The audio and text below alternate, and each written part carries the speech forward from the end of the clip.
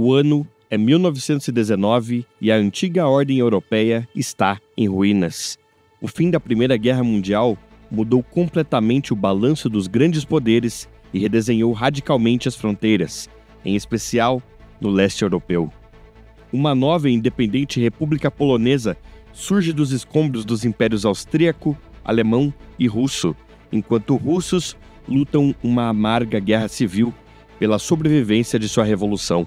Com a liquidação dos velhos impérios e o nascimento de várias nações, conflitos pela determinação de suas fronteiras são inevitáveis.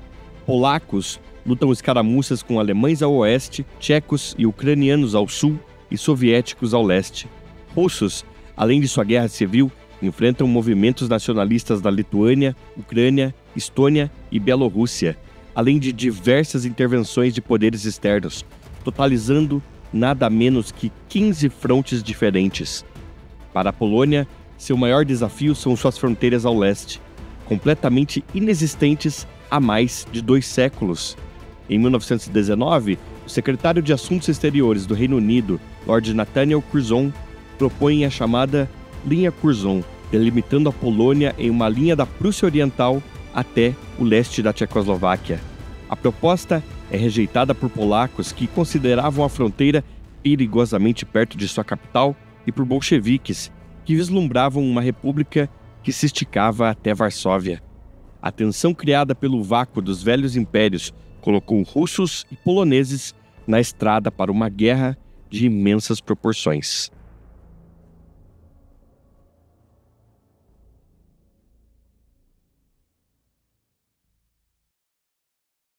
A recém-independente Polônia não conhecia outras fronteiras que não fossem seus limites ancestrais da antiga Polônia-Lituânia. Desmantelada por prussianos, russos e austríacos ainda em 1795. Sua extensão ia do Mar Báltico ao Mar Negro, do Oder ao Dnieper, o último bastião europeu da cristandade contra turcos, tártaros e moscovitas, e em 1918, mais uma vez, os poloneses olhavam para suas antigas fronteiras. O governo estabelecido em Varsóvia, então, debatia sobre uma federação ou incorporação total dos territórios antigamente pertencentes à Polônia-Lituânia. E apesar de discordâncias, ambas as facções viam somente as fronteiras históricas. Em Versailles, apenas uma parte de suas fronteiras foram devidamente desenhadas e mesmo elas eram difíceis de reconhecer, com a necessidade de plebiscitos em boa parte das vilas fronteiriças entre a Polônia e a Alemanha, e suas fronteiras ao leste ficaram completamente indeterminadas. Diante de protestos de delegações polacas, o primeiro-ministro da Grã-Bretanha, Lloyd George, exclamou: "Apenas 5 anos atrás, os polacos estavam sujeitos a uma nação sem nenhum prospecto de recuperar sua liberdade. Eles apenas conseguiram sua liberdade pois há 1,5 milhão de franceses mortos, quase 1 milhão de britânicos, 500 mil de italianos e não sei quantos americanos.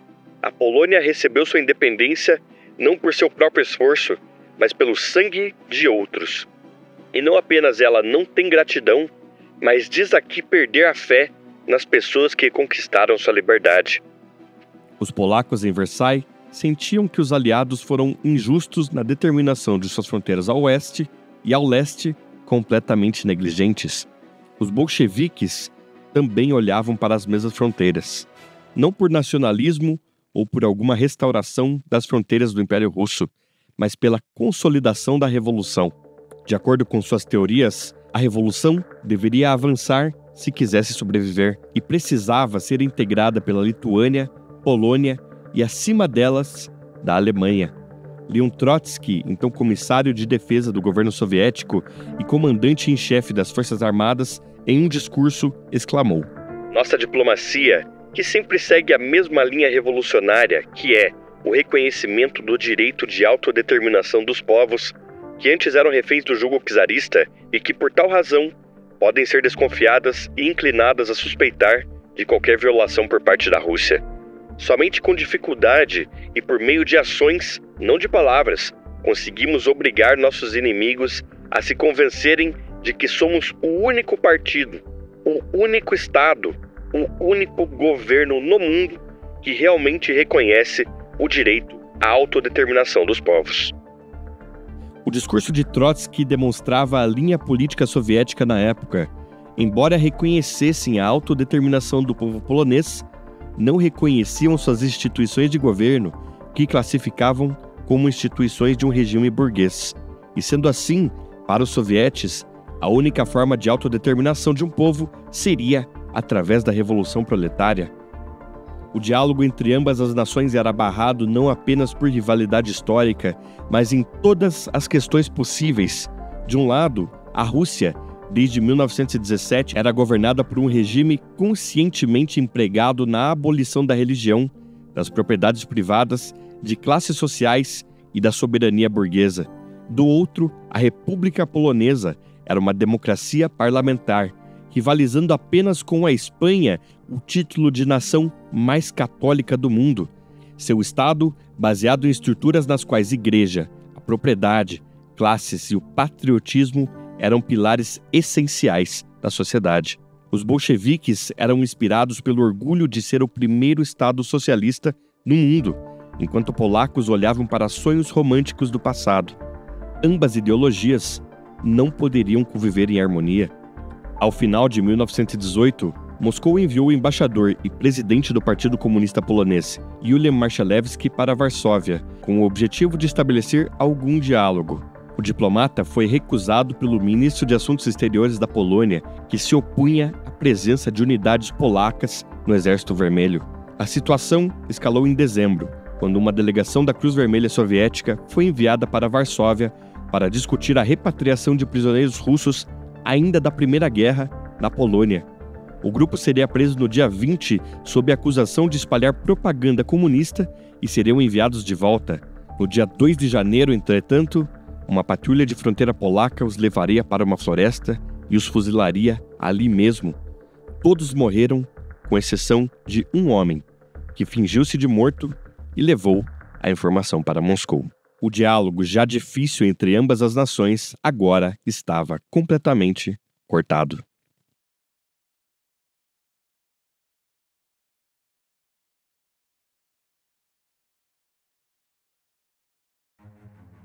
Sob a tutela de Leon Trotsky, no início de 1918, era criado o Exército Vermelho Soviético, que até o fim daquele ano possuía uma força total de cerca de 400 mil soldados.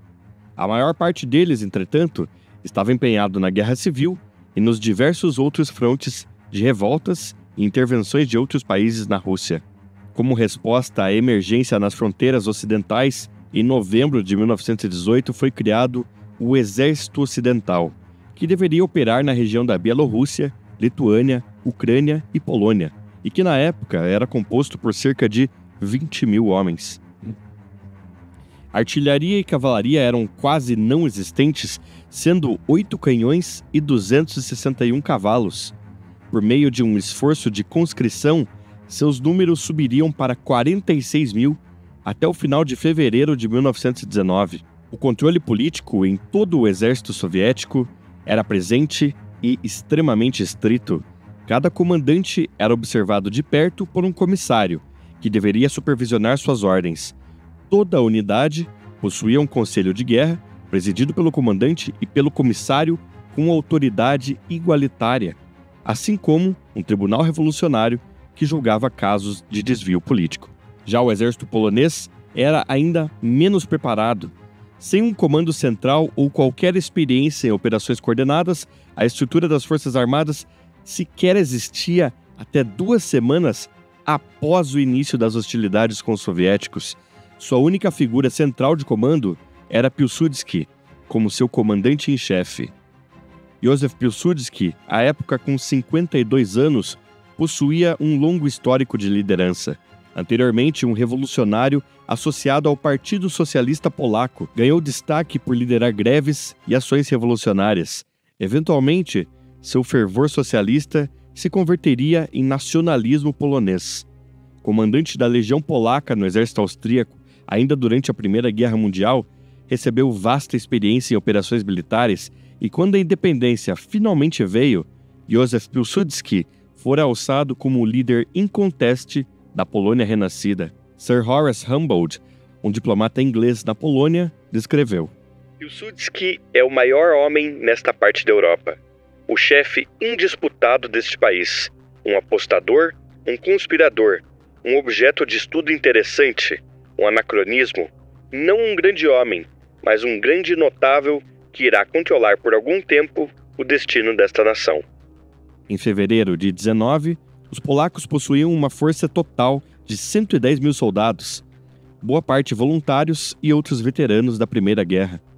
Este número aumentaria para 170 mil em abril, especialmente quando 50 mil veteranos do Exército Azul, uma legião polaca criada na França, chegariam, bem equipados, treinados e com um corpo de oficiais franceses. Dentre eles, um jovem capitão recém-liberado de um campo de prisioneiros alemão e faminto por combate, Charles de Gaulle, na época adido ao 5º Regimento de Caçadores a Cavalo.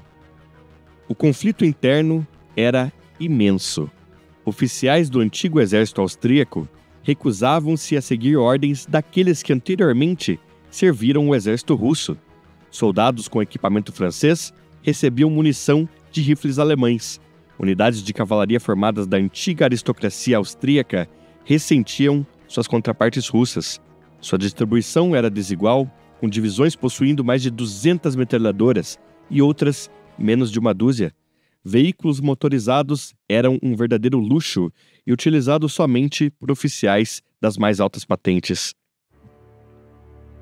A região de fronteira entre a República Soviética e a República Polonesa é completamente permeada por pequenos lagos, rios e imensos pântanos. Grandes exércitos são obrigados a quebrar suas formações, ampliando ainda mais a dificuldade de comunicação. Dentre eles, destaca-se ao centro a região conhecida na Polônia como Polesie, ou o Pântano do Pripyat, formado por nada menos que 150 mil quilômetros quadrados de inúmeros riachos, lagoas, canais e pântanos. No inverno, as temperaturas chegam facilmente a menos 20 ou 30 graus, com neve densa e enormes nevascas. No degelo de março e abril, a neve converte a paisagem em atoleiros e causa inundações. A população dessas localidades é esparsa e se identifica muito pouco com russos ou polacos, sendo predominantemente lituanos, bielorrussos, ucranianos e judeus, e o fervor nacionalista ali tinha pouquíssimo efeito.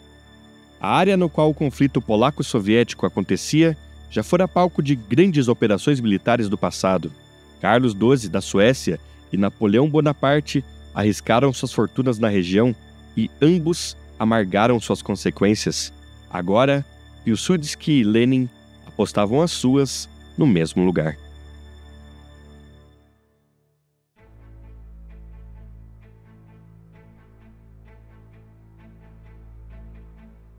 Embora poloneses dissessem que suas fronteiras estavam sendo invadidas pelos bolcheviques e os soviéticos que os polacos estavam violando o território russo, elas, de fato, ainda sequer existiam. Toda a região entre a Letônia e a Bielorrússia, até o início de 1919, era ocupada por exércitos alemães na figura do Comando Superior das Forças Alemãs do Leste, ou Oberost. A região foi efetivamente evacuada pelo comando nas primeiras semanas de 1919, e um completo vácuo foi deixado em seu lugar. Em 12 de janeiro daquele 19, o Exército Ocidental Soviético recebeu ordens do Comando Superior de realizar um reconhecimento em profundidade a oeste e que marchassem até alcançar o rio Bug, no coração da Polônia. Entre os bolcheviques mais ardentes, a ação foi denominada Operação Vístula e vislumbrava o Exército Vermelho marchando em triunfo sobre Varsóvia. Devido a diversos problemas, primariamente de organização, Piłsudski ordenou uma marcha para o leste somente em 9 de fevereiro, em 2 colunas. Um grupo norte, em direção a Baranovich, e outro ao sul, em direção a Pinsk. A colisão entre polacos e russos aconteceu às 7 da manhã do dia 14 de fevereiro, quando um capitão polonês liderou 50 soldados na vila de Bereza Katuszka. O vilarejo era ocupado por cerca de 80 bolcheviques que, pegos de surpresa em um tiroteio, logo se renderam. Os primeiros combates ocorrem principalmente entre unidades avançadas de cavalaria, ainda correndo para preencher os últimos vácuos deixados pelo Oberst. Por dias, os soldados marcham e cavalgam pelas densas florestas e terrenos pantanosos da Bielorrússia. Estou tão cansado que sequer sei como começar. Tantas noites sem dormir, tanto barulho sem parar. Todos nós estamos como profetas, magros, barbudos e exaustos. Alguns dias atrás, próximo de Mykolaiv, os bolcheviques destruíram um esquadrão de ulanos e um oficial foi fatiado em pedaços. Pegaram ele em uma igreja com um sabre. Meu superior imediato, o cadete Bogulavsky, perdeu uma perna por uma granada e morreu 2 dias depois pela gangrena. As pessoas morrem feito moscas, mas pior são os feridos. Não temos carroças ou vagões e estamos a 90 quilômetros da estrada de ferro mais próxima. Violência é a ordem. Inflamadas pelo mais puro ódio, as atrocidades afloram. Comissários soviéticos eram executados imediatamente, mesmo quando rendidos. Os vermelhos cortavam as gargantas de oficiais, padres e donos de terra. Judeus eram executados por ambos os lados. Isaac Babel, escritor e membro da cavalaria russa, lembrou de um dos pogroms. Quando nossas tropas avançadas surgiram, os poloneses entraram na cidade e ficaram lá por 3 dias. Houve um pogrom. Eles arrancaram as barbas dos judeus, como de costume. Juntaram 45 judeus na praça do mercado e os levaram para o abatedouro. Torturas, línguas cortadas, berros ouvidos por toda a praça. Eles incendiaram 6 casas. Eu voltei para ver a casa de Koniuszowski na Rua da Catedral. Lá, eles metralharam quem tentou ajudar as pessoas. Nos campos, soldados eram postados sozinhos, como sentinelas, ou em pequenas patrulhas isoladas por quilômetros. Encontros com o inimigo, quando ocorriam, eram sempre sangrentos. Ódio tão impulsivo que nós retalhávamos uns aos outros em pedaços. Nunca houve uma guerra como esta. Com vingança, nós sufocamos o inimigo, o animal. Dificilmente prisioneiros eram feitos, de ambos os lados. Ó Deus! Aqueles momentos de luta terrível, lutando frente a frente, com nossos dentes, com nossas facas. Os primeiros meses de hostilidades viram ainda o diminuto exército ocidental soviético em plena retirada diante das forças polonesas. Em 16 de abril, forças polacas chegavam nos arredores de Vilna, onde enfrentam dura resistência soviética. A luta ali é amarga, com elementos do Exército Vermelho lutando por cada esquina. A cidade seria liberada somente no dia 21, com Pilsudski liderando em pessoa uma parada da vitória. Eu que nasci nesta terra infeliz, conheço bem o estado de perpétua submissão, um estado que deve ser removido de uma vez por todas.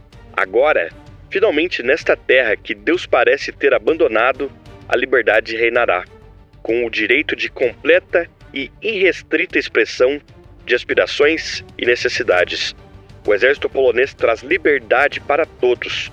Um exército que eu lidero em pessoa para expulsar o jugo da força e da violência e para abolir governos que são contrários à vontade do povo. Ao mesmo tempo, elementos poloneses avançavam pela Bielorrússia e após a queda de Vilna, o exército ocidental soviético recuava para uma nova linha a partir de Minsk. Antigas fortificações e trincheiras alemãs e russas, ainda da Primeira Guerra Mundial, eram ocupadas por ambos os lados, que agora consolidavam suas posições. O verão de 1919 viu pouca ação no fronte. Ambos russos e poloneses lidavam com sérios problemas internos. Os vermelhos ainda lutavam uma amarga guerra civil em seu território e a Polônia ainda sequer tinha um estado plenamente estabelecido. Não somente isso, mas um conflito de natureza semelhante ocupava a atenção de parte do exército polaco. A disputa ali era com a República Ocidental Ucraniana, que brigava por suas fronteiras tanto com poloneses como russos. Com o reforço do Exército Azul, os ucranianos seriam expulsos da Galícia e do leste ucraniano também avançavam os soviéticos. Inevitavelmente, polacos e russos também encontrariam-se na Ucrânia. Se, meses atrás, seu fronte compreendia cerca de 500 quilômetros, após ambos os lados esmagarem as forças ucranianas, seu fronte agora era composto por mais de 800 quilômetros de extensão. A primeira fase da guerra chegava ao fim e agora, com um fronte de proporções massivas, novas questões estratégicas eram levantadas. Russos e poloneses foram forçados a revisar seus planos.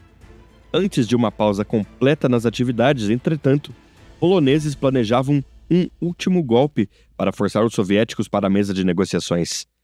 O comando urgia por uma captura de Minsk, coração da linha defensiva do exército ocidental soviético. A tomada da cidade obrigaria os vermelhos a reformar completamente suas linhas durante o período de um cessar-fogo de inverno.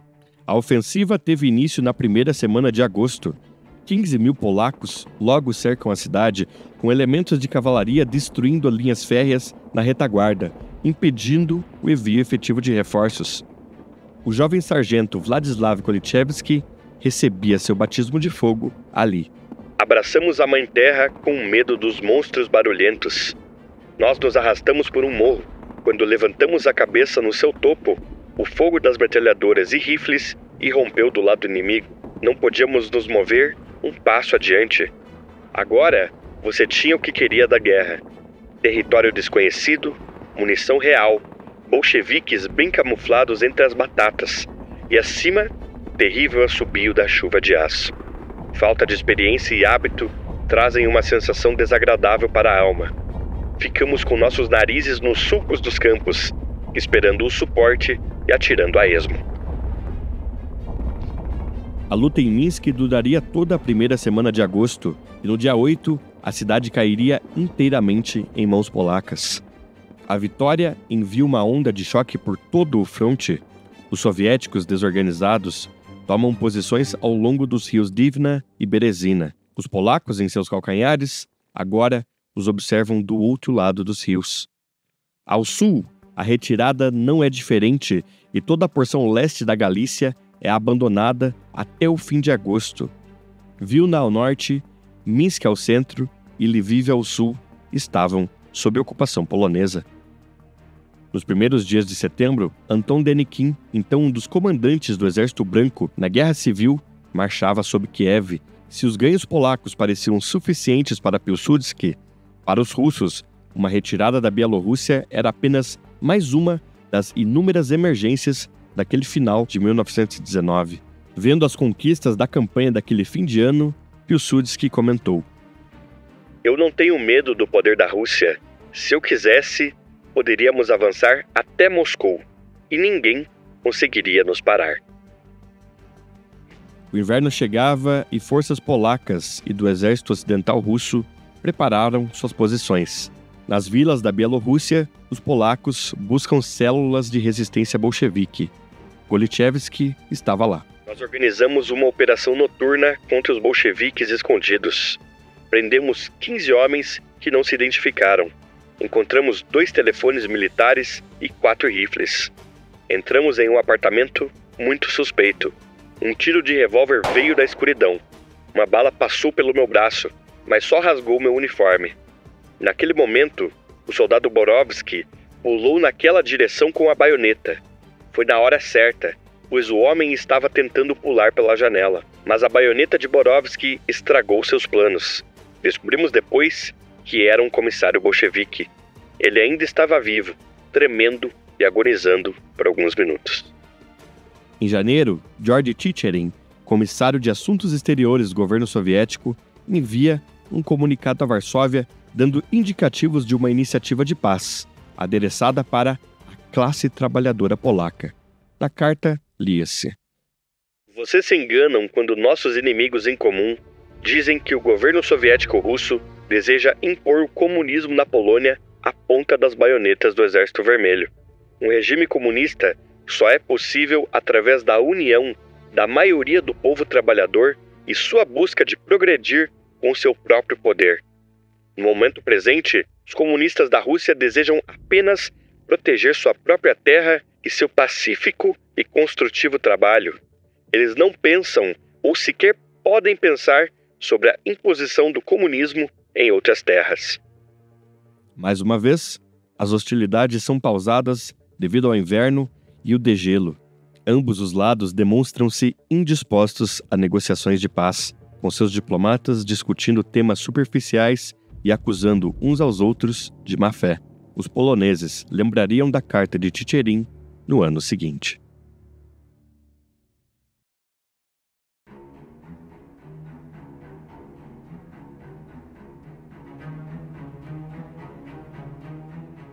No início de 1920, os sovietes finalmente chegam a uma situação de controle da guerra civil, e agora Trotsky poderia concentrar grandes parcelas de seu exército vermelho na Polônia.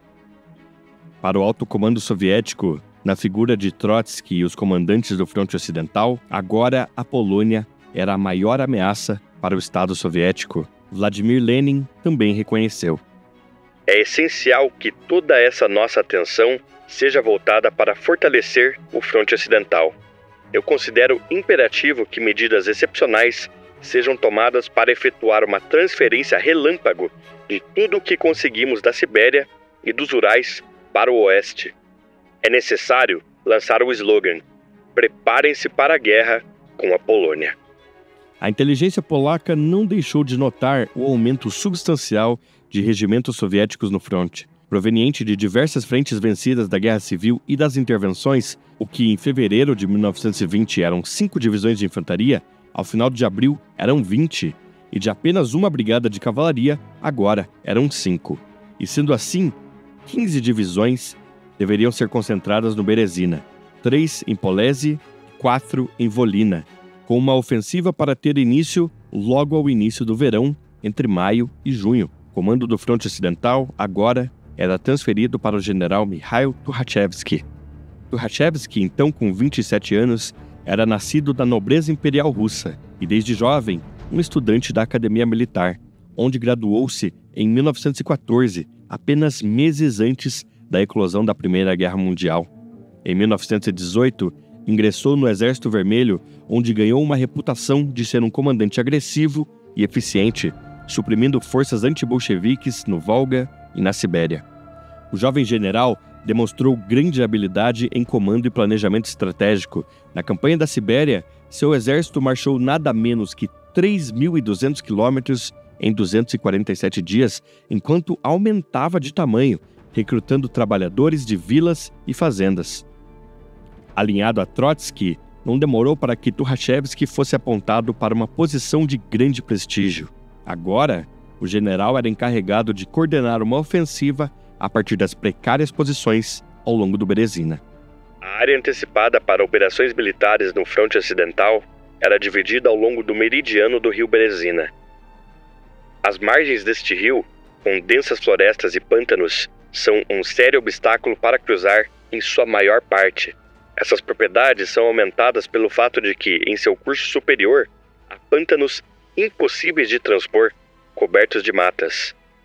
De fato, essa região é permeada de lagos, porém aqui o exército irá operar em uma área populada e, acima de tudo, há uma conexão conveniente, o rio Dvina e a junção férrea de Polotsk. Os polacos chamam essa parte de Portões de Smolensk. Observando a preparação de um iminente ataque soviético, Pilsudski e o comando polaco decidem por dar o primeiro golpe.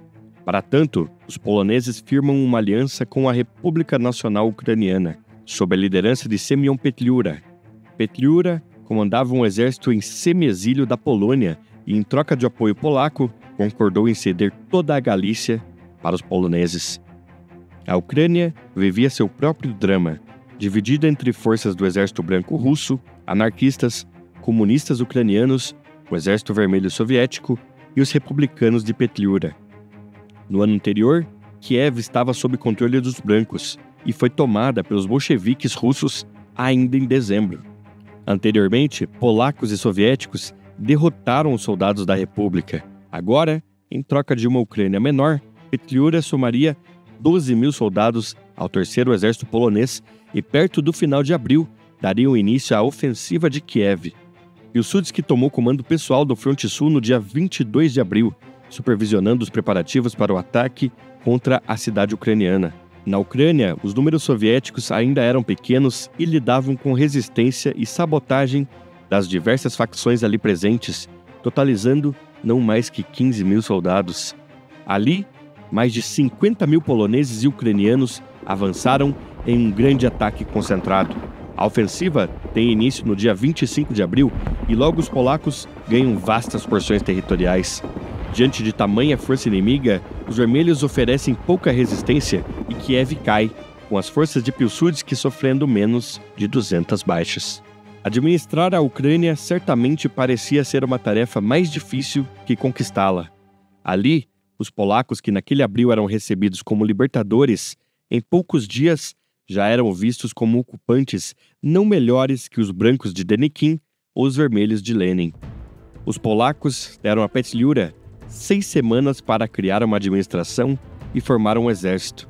Uma tarefa impossível, uma vez que boa parte do país estava completamente devastada ou ainda ocupada, com seu leste tomado por bolcheviques e anarquistas e a Crimeia tomada pelos brancos.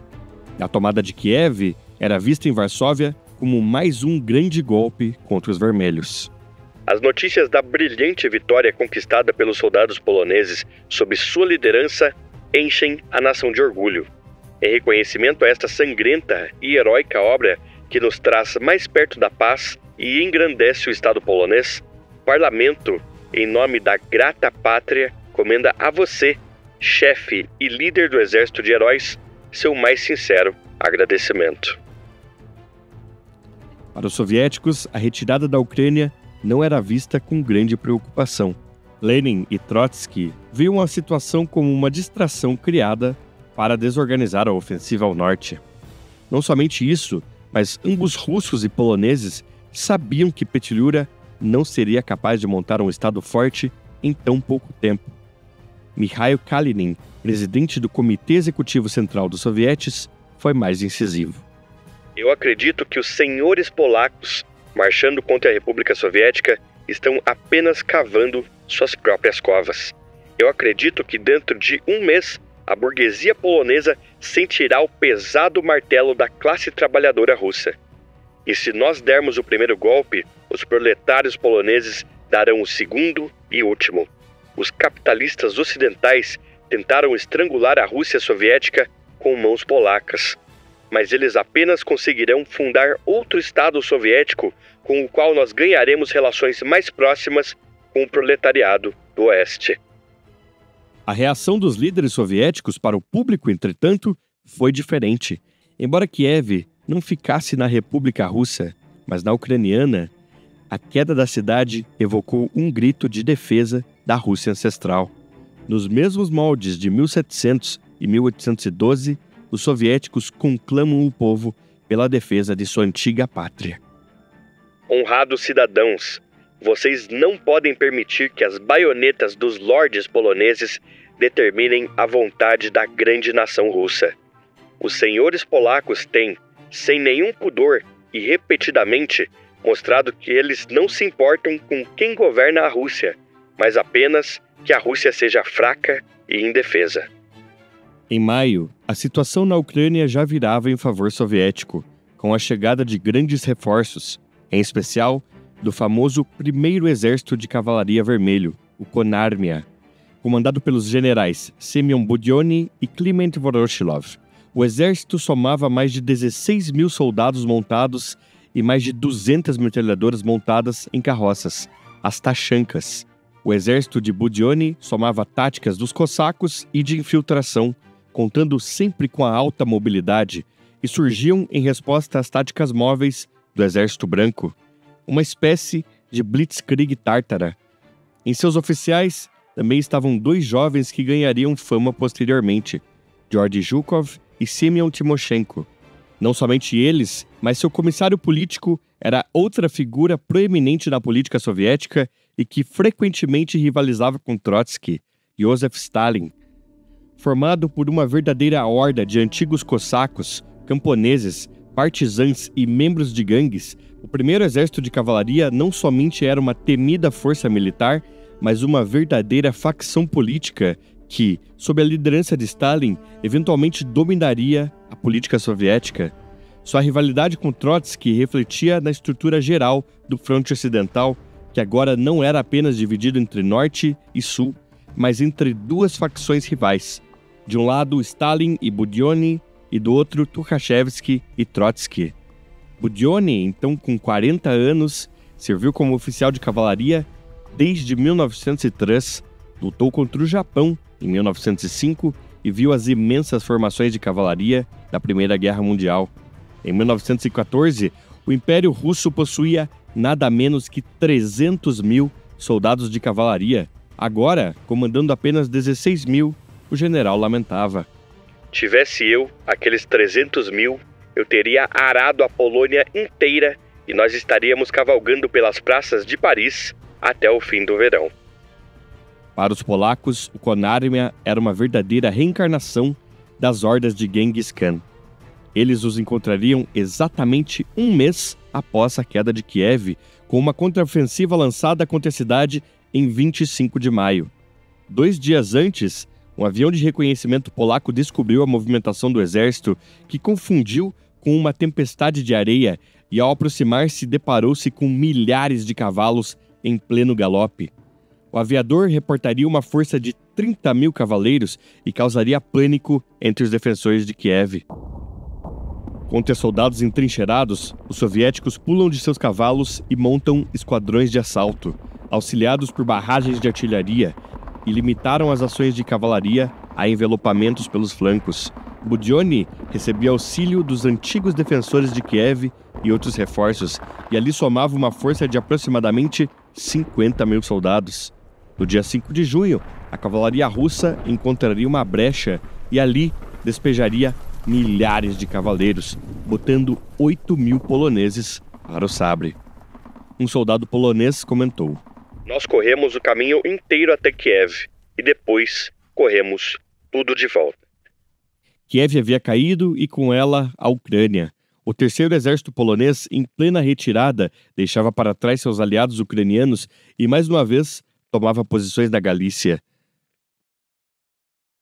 Apenas dias antes da retomada de Kiev, Tukhachevsky testava as forças polacas ao longo do Berezina. No dia 15 de maio, 6 divisões de infantaria cruzaram os rios em direção aos polacos. Liderando o avanço está um jovem oficial de apenas 20 anos, Vassily Chuikov. Aqui, os soviéticos apresentam um fronte composto por 110 mil homens, quase o dobro dos polacos com 65 mil soldados. Manter as posições é insustentável e por 2 semanas os polacos recuam cerca de 110 quilômetros. O avanço deveria ser acompanhado por forças que cercam a cidade de Borisov, uma passagem pelo Berezina. Os defensores, entretanto, seguram suas posições e, temendo um encirculamento, Tukhachevsky pausa seu avanço. Logo, os polacos transferem forças da Lituânia e, optando pela cautela, os russos retornam ao Berezina em 8 de junho. A retirada estratégica de Tukhachevsky daria tempo de mais reforços chegarem.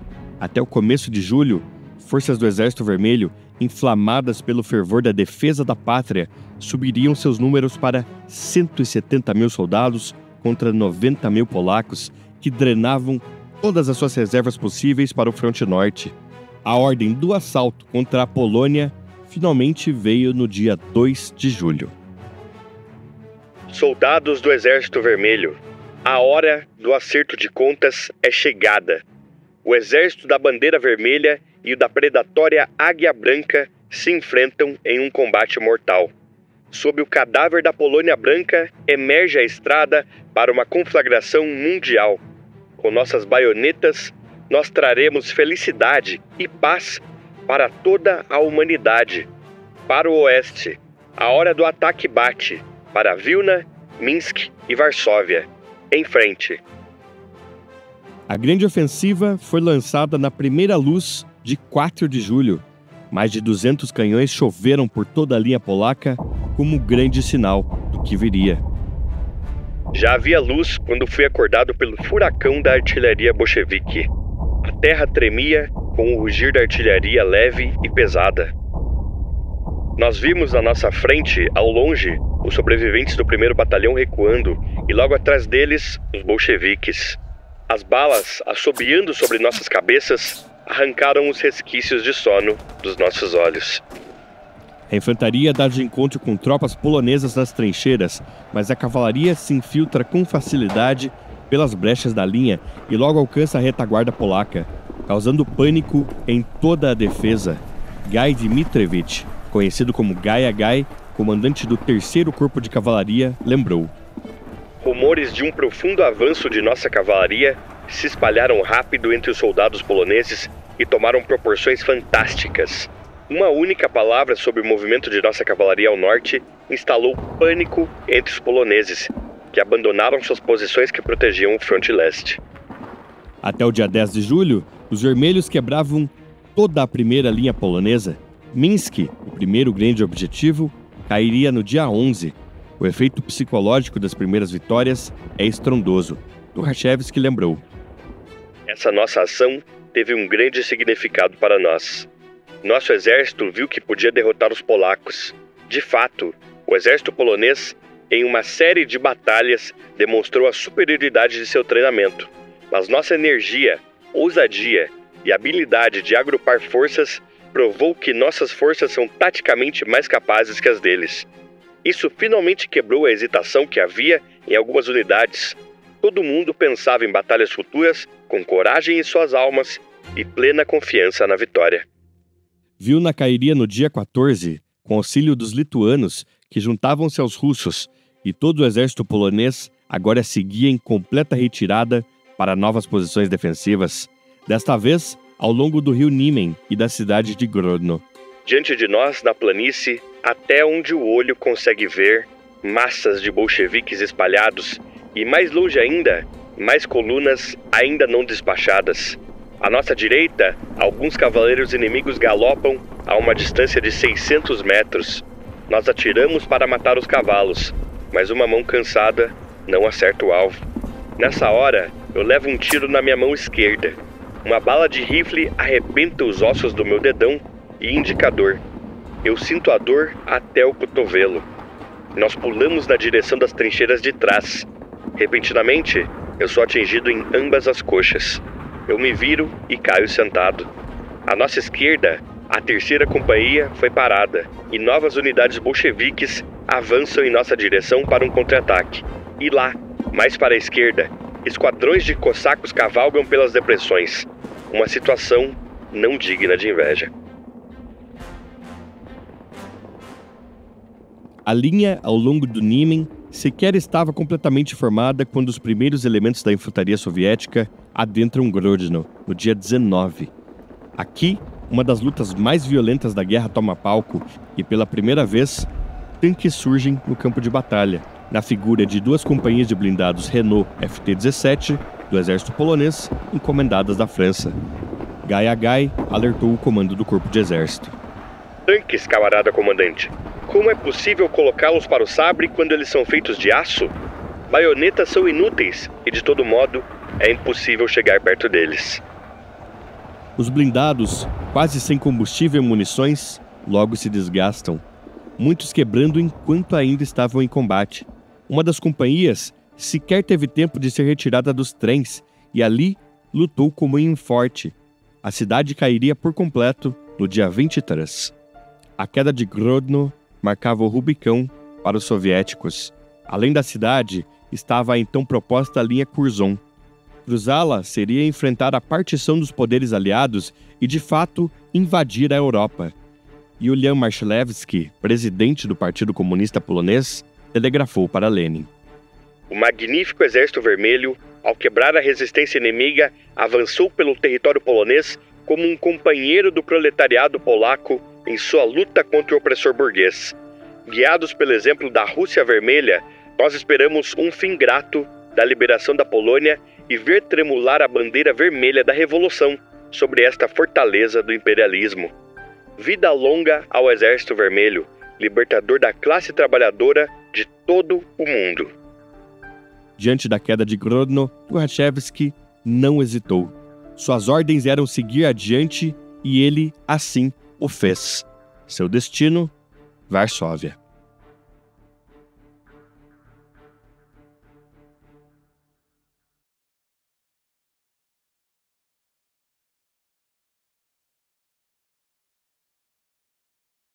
A confusão da retirada é imensa.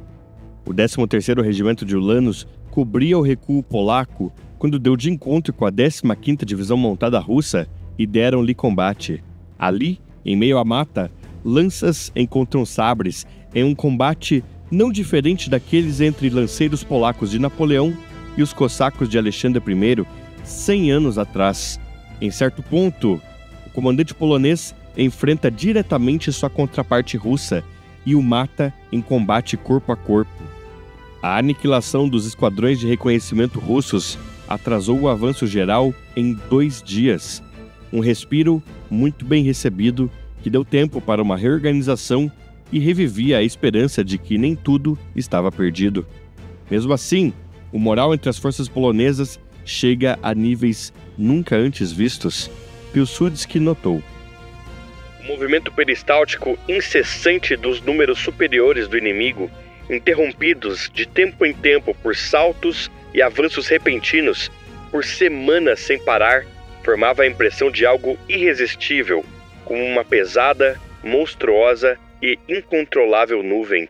E sob a influência desta tempestade móvel, o Estado colapsou, o moral vacilou e os corações dos soldados se acovardaram. Os poloneses ainda não haviam desistido de sua independência e assim demonstraram. Ainda em 3 de julho, um dia antes da grande ofensiva soviética, o Departamento de Defesa de Varsóvia publicou um apelo. A pátria está necessitada. Todos os homens de boa vontade e capazes de carregar armas estão convocadas para as fileiras do exército. A nação deve resistir como uma sólida e imóvel parede.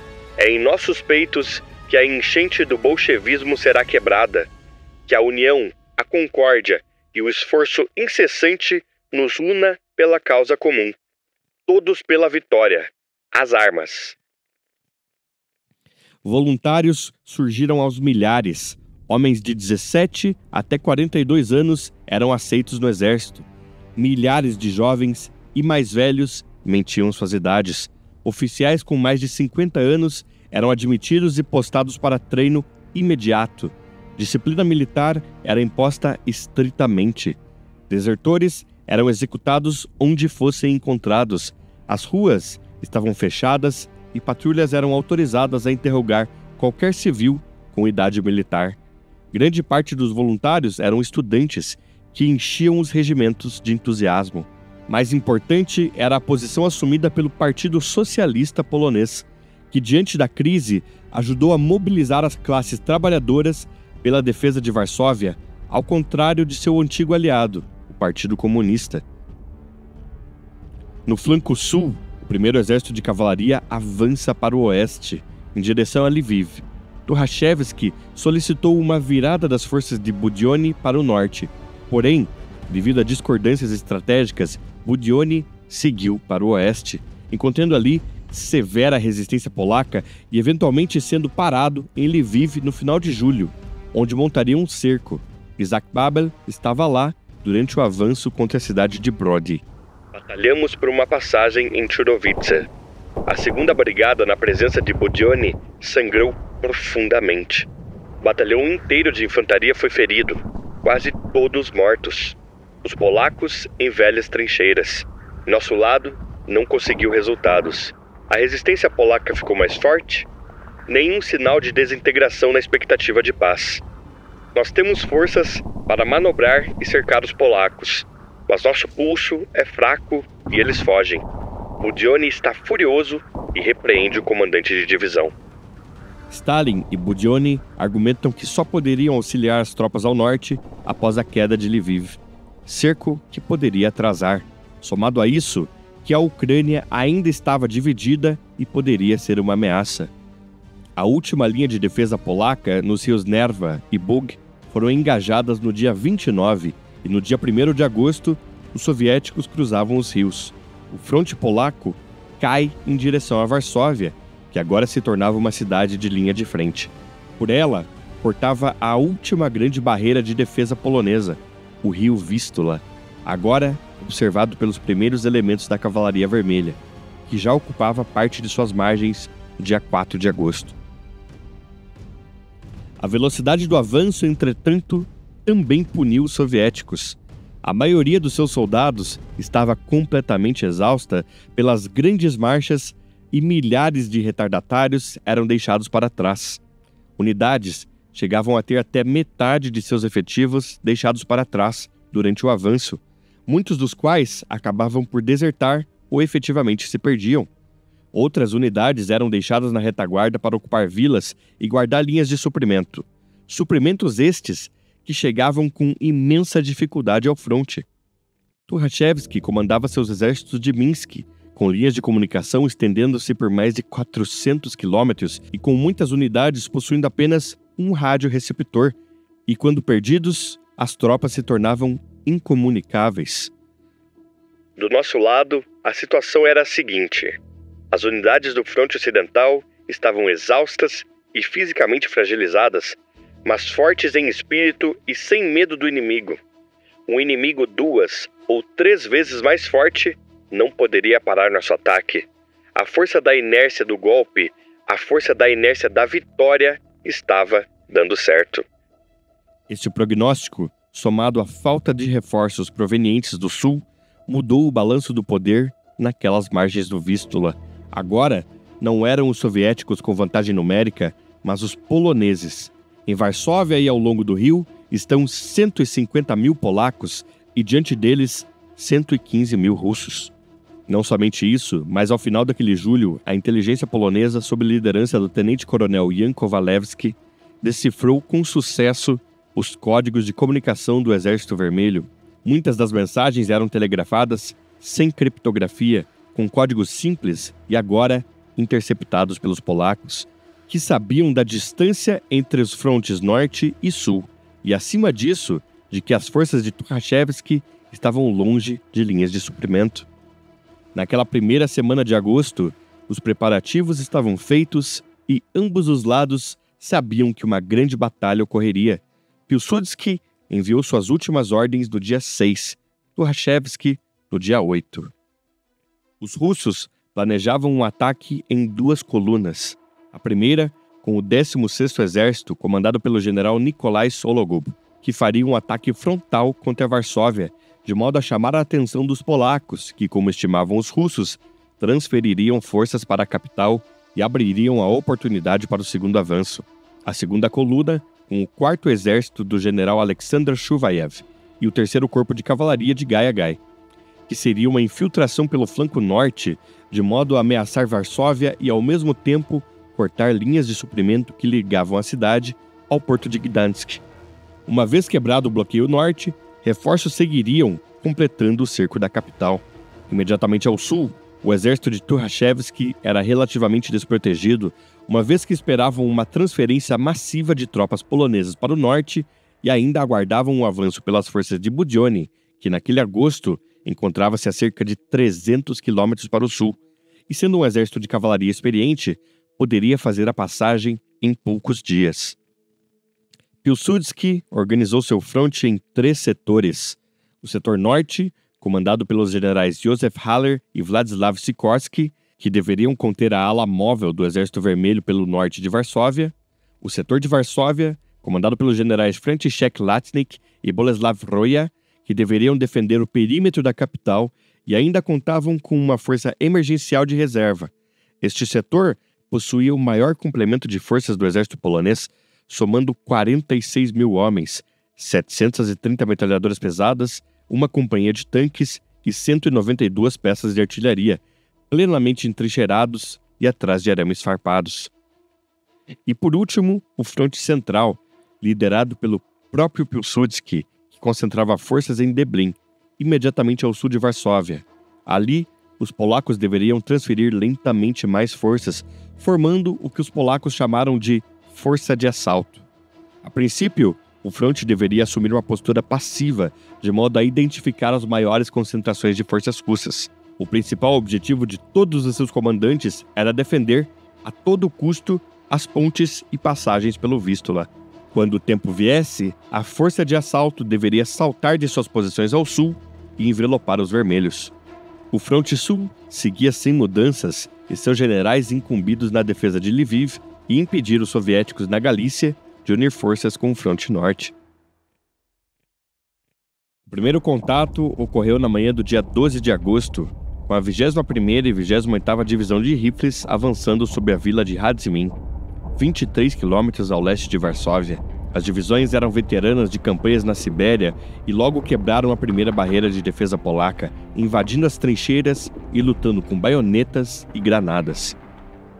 Por 2 dias, os homens lutariam uma amarga guerra de trincheiras aos mesmos moldes da Primeira Guerra, até que, completamente exaustos, os polacos recuaram.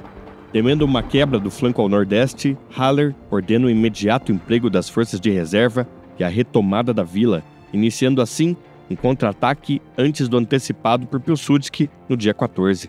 Adiantando as operações esperadas ao norte, elementos soviéticos que deveriam fazer a infiltração logo viram-se na defensiva, enfrentando tropas do 5º Exército do general Sikorsky. Ele lembrou: Desde o primeiro momento que considerei a contração do 5º Exército, não tivemos dúvidas de que a tarefa só poderia ser resolvida com a ajuda de um contra-ataque. Para o soldado polonês, isso só seria possível através de quase ilimitado entusiasmo e extremo sacrifício. E teria sido impossível organizar uma defesa duradoura no setor do 5º Exército, depois de uma retirada longa e mal planejada que deixou os nervos dos jovens soldados ao ponto de extrema tensão e criou um clima vitorioso no lado oposto. Uma defesa contra a marcha das tropas russas, que tinham 3 vezes a superioridade nesse setor, era impensável.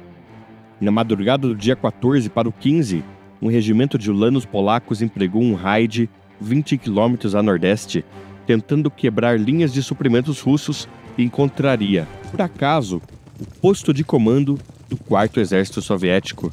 Os oficiais russos, em pânico, destroem os rádios e fogem. Ali, os cavaleiros poloneses encontrariam planos, cartas e, mais importante, códigos e cifras. A estação de rádio destruída no dia 14 era a única ponte de comunicação entre Tukhachevsky e o seu 4º Exército. Já conhecendo a frequência de rádio daquela força, a inteligência polaca passaria a transmitir o livro de Gênesis em polonês para Tukhachevsky, que comandava o fronte a nada menos que 400 quilômetros de distância, ainda em Minsk. O 4º Exército estava incomunicável e não poderia receber novas ordens. No dia seguinte, forças de Sikorsky e da reserva ocupavam novamente Radzmin. Tukhachevsky ordenou que Shuvaev fizesse uma guinada para o sul e auxiliasse as tropas ao redor de Varsóvia. Porém, as ordens nunca chegaram e o 4º Exército mantinha-se em combate com as forças de Sikorsky, que agora pressionavam os soviéticos de modo a impedi-los de seguirem pelo norte. Sikorsky, sabendo do perigo do encirculamento que o 4º Exército apresentava, pressionou o ataque, conseguindo avançar nos dias 16 e 17. Comandando uma força de voluntários, estudantes e camponeses, os polacos do 5º Exército avançaram. Ataques coordenados com artilharia davam a impressão de uma força muito maior e mantinham o 4º Exército em xeque. Pilsudski, ao sul, não sabia de nada disso. Telegramas de Haller indicavam que o fronte norte estava despedaçando, e caso a manobra do 4º Exército tivesse sucesso, um ataque pelo sul não o salvaria do envelopamento pelos russos. A força de assalto não enumerava mais que 20.000 homens, e se encontrasse a resistência adequada, o assalto poderia ser facilmente parado. Na manhã do dia 16, Pilsudski ordenou o avanço. A fragilidade do flanco sul dos bolcheviques é tamanha que o general pensa ter sido atraído para uma armadilha. No dia 16, eu iniciei o ataque, se é que pode ser chamado de ataque. Apenas a 21ª Divisão lutou uma breve e fácil ação logo na saída. Outras divisões avançaram quase sem nenhum contato com o inimigo, que não posso nem chamar de escaramuças com pequenos grupos, pois imediatamente quando em contato, fugiam.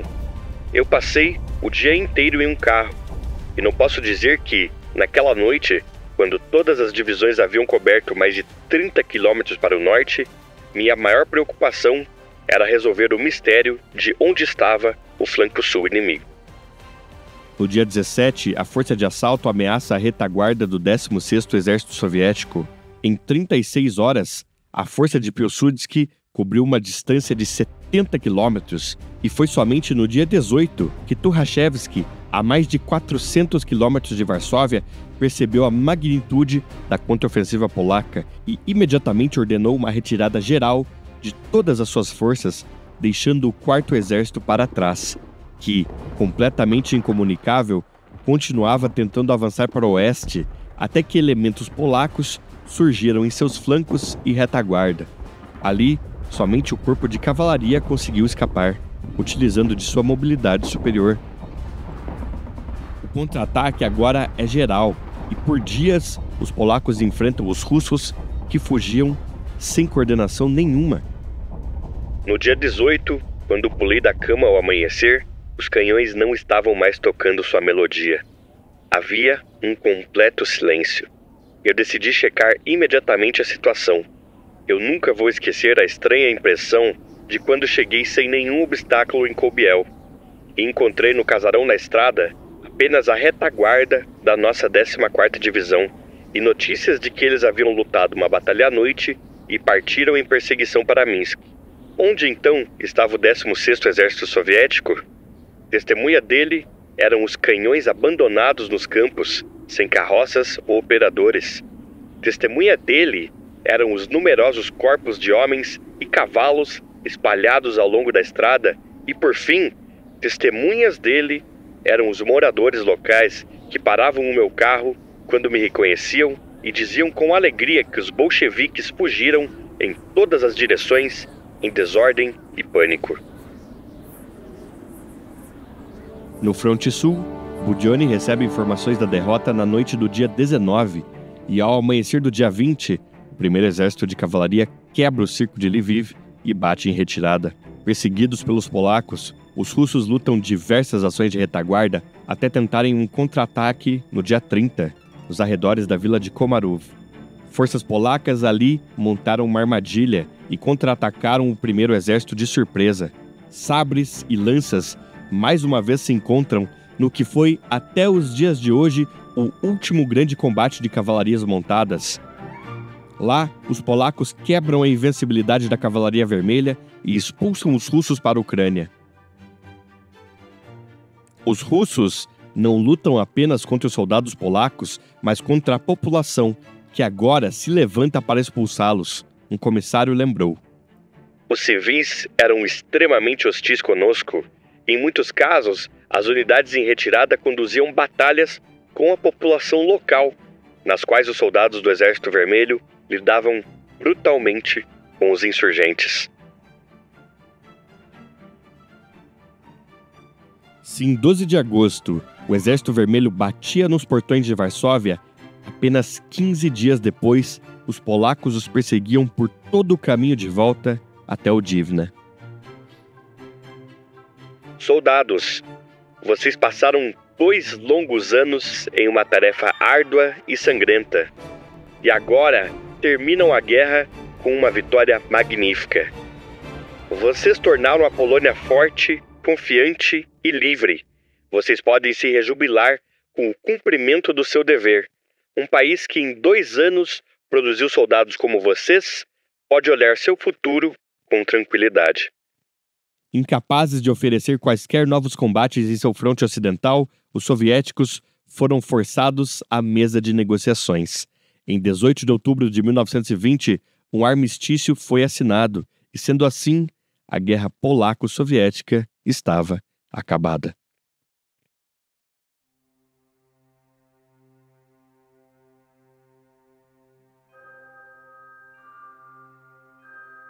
Em Varsóvia, as baixas sofridas pelo Exército Vermelho são imensas. Cerca de 20.000 homens estão mortos e outros 30.000 feridos. Nada menos que 80.000 soldados foram capturados. Outros 30.000 fugiram pela fronteira da Alemanha na Prússia Oriental e foram apreendidos pelos alemães. A grande maioria das baixas pertence ao 4º Exército, que simplesmente deixou de existir. Dos outros 4 exércitos que compunham o avanço em 4 de julho, 2 estão virtualmente destruídos e os outros 2 restantes severamente mutilados. Sendo assim, nada menos que 2/3 do Exército Vermelho no fronte ocidental norte, sob o comando de Tukhachevsky, estão destruídos. Entre os defensores, 4.500 estão mortos, 26.000 feridos e outros 10.000 desaparecidos. Os números não são baixos, mas uma cifra que parece minúscula diante das baixas vermelhas. Ao todo, até o fim das hostilidades em outubro de 1920, a guerra envolveu quase 2 milhões de homens de ambos os lados, e suas baixas são igualmente astronômicas.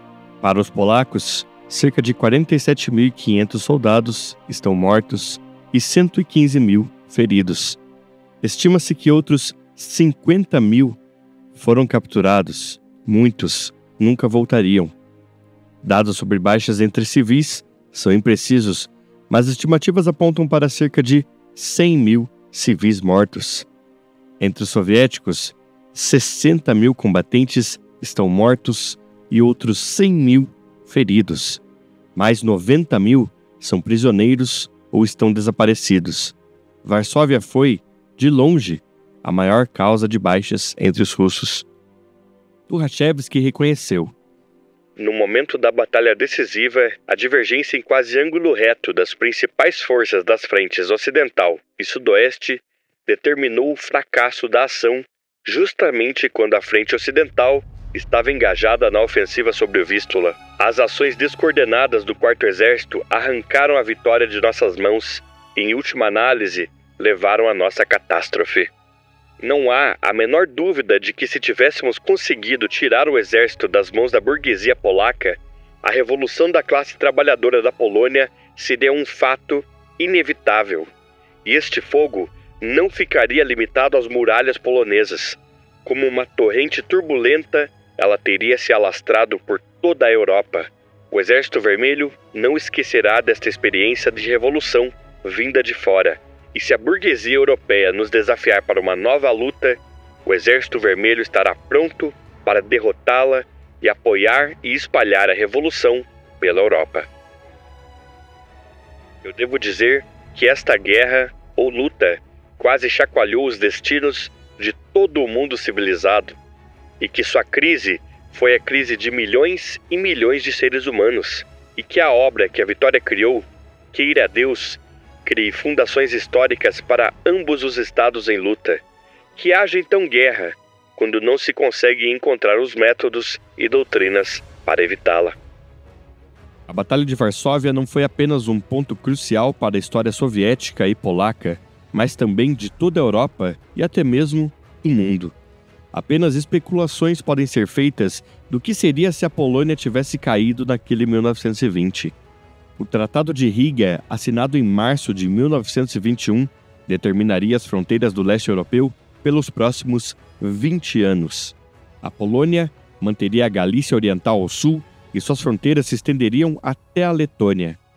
Ambas Ucrânia e Bielorrússia seriam particionadas entre russos e polacos e seus movimentos de independência seriam suprimidos. Os soviéticos ainda criariam a República Socialista da Ucrânia e a República Socialista da Bielorrússia, criações que pavimentaram o caminho para a formação de uma federação, a União Soviética, em 1922. Apesar da estrondosa vitória, Pilsudski lamentava não ter sido capaz de criar uma federação que reconhecesse e unisse lituanos, bielorrussos e ucranianos. Em 1925, o Marechal fez uma amarga previsão. Vocês não conseguirão manter esta Polônia. A tempestade se formando é forte demais. A Polônia hoje só consegue viver graças a uma era de ouro muito especial. Eu desperdicei a minha vida e falhei em criar uma federação que o mundo respeitasse.